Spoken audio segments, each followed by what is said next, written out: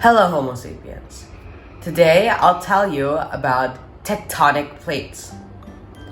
There are 7 major tectonic plates on Earth, and they make up the surface of the planet.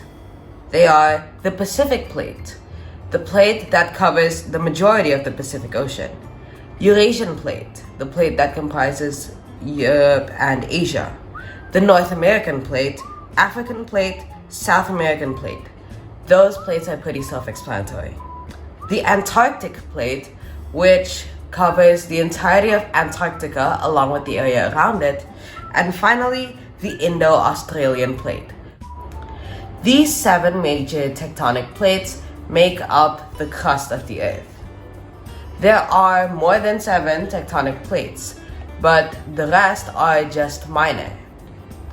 The movement of these tectonic plates are able to destroy civilization and also give rise to beautiful nature. But what are they? They are massive pieces of rock that comprise the Earth's crust, and this rock sits on top of flowing magma. The magma is constantly being cycled through convection currents inside the Earth. Hot magma rises up, then it either diverges left or right, and then once it cools down enough, it will sink back to the core. And the flow of this magma will determine the direction that the tectonic plates move at. For example, if a tectonic plate collides with another tectonic plate and they are about equal mass, then both of the tectonic plates will begin to shoot up at the center. This is what gives rise to mountains like Mount Everest, which actually grows about 1 to 3 centimeters per year. If the lava currents diverge, then tectonic plates will be pulled apart from each other. This pulling motion causes rifts and valleys, such as the Grand Canyon. If a tectonic plate is forced onto another tectonic plate that's thicker, the thinner of the two will be forced down, which means it will start dragging the other tectonic plate down. And this is what causes a lot of earthquakes and tsunamis, because of the friction and the vibrations generated. The movement of the tectonic plates is not by magma current alone. The tectonic plate could be pulling itself along.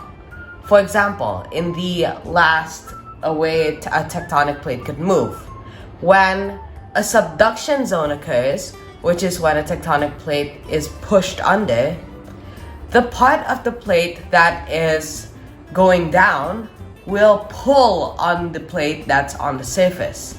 It's like when you have a chain dangling off a table. The chain will start pulling itself down more and more. And eventually, over many years, the entire plate will go down.